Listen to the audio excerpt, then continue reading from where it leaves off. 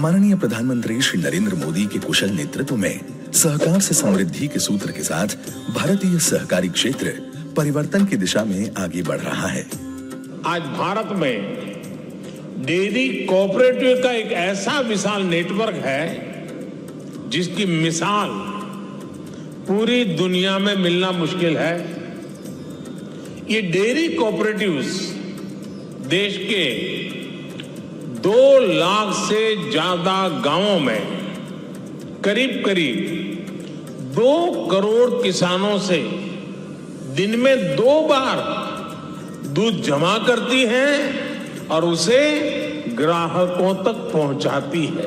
माननीय सहकारिता मंत्री श्री अमित शाह के मार्गदर्शन में रोजगार के नए अवसर और महिलाओं के सशक्तिकरण के लिए श्वेत क्रांति 2.0 की शुरुआत हुई है। हम सब जानते हैं कि दूध के उत्पादन के साथ और विशेषकर कोऑपरेटिव दूध के उत्पादन के साथ डेयरी के साथ माताएं बहनें जुड़ी हैं और माताओं बहनों को आत्मनिर्भर बनाना, स्वावलंबी बनाना, उनका एम्पावरमेंट करना, सशक्तिकरण करना, ये कोई और कार्यक्रम नहीं कर सकता जितना अच्छे से हमारी डेयरी कर सकती है। श्वेत क्रांति 2.0 के अंतर्गत अगले 5 वर्षों में दूध संकलन को 50% तक बढ़ाकर सहकारी दूध खरीद को वर्तमान 660 लाख किलोग्राम प्रतिदिन से 2028-29 तक 1007 लाख किलोग्राम प्रतिदिन करना है। इस लक्ष्य को हासिल करने के लिए सहकारी दूध खरीद में सालाना 9% की वृद्धि करने की आवश्यकता होगी। इस योजना के अंतर्गत अछूते क्षेत्रों में नई बहुउद्देशीय समितियां MDCS की स्थापना की जाएगी और व्यवहार्य प्राथमिक कृषि ऋण समितियों MPACS में दूध खरीद की गतिविधियां शुरू की जाएंगी। ये योजना नाबार्ड, NDDB और NFDB के सहयोग से संपूर्ण सरकार अभिगम का लाभ उठाते हुए कार्यान्वित की जाएगी। NDDB ने इंदौर, जिंद और चिकमंगलुरु में पायलट परियोजनाएं कार्यान्वित की, जिसमें चुनिंदा जिलों में 100 DCS स्थापित किए गए। पायलट प्रोजेक्ट से मिली सीख NDDB को श्वेत क्रांति 2.0 के लक्ष्य को हासिल करने में मदद करेगा।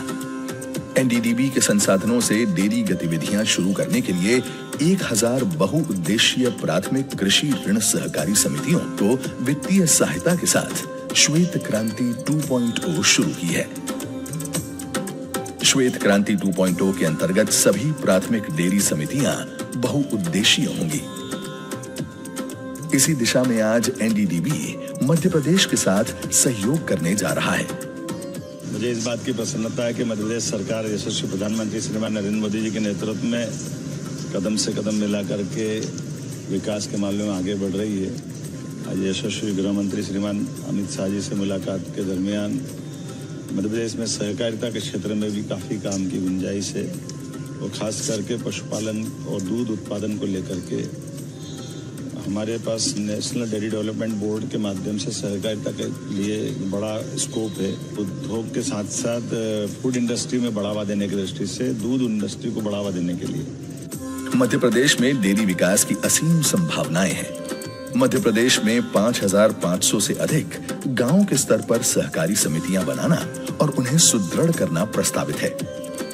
मध्य प्रदेश डेयरी योजना के अंतर्गत कुछ मुख्य लक्ष्य हैं।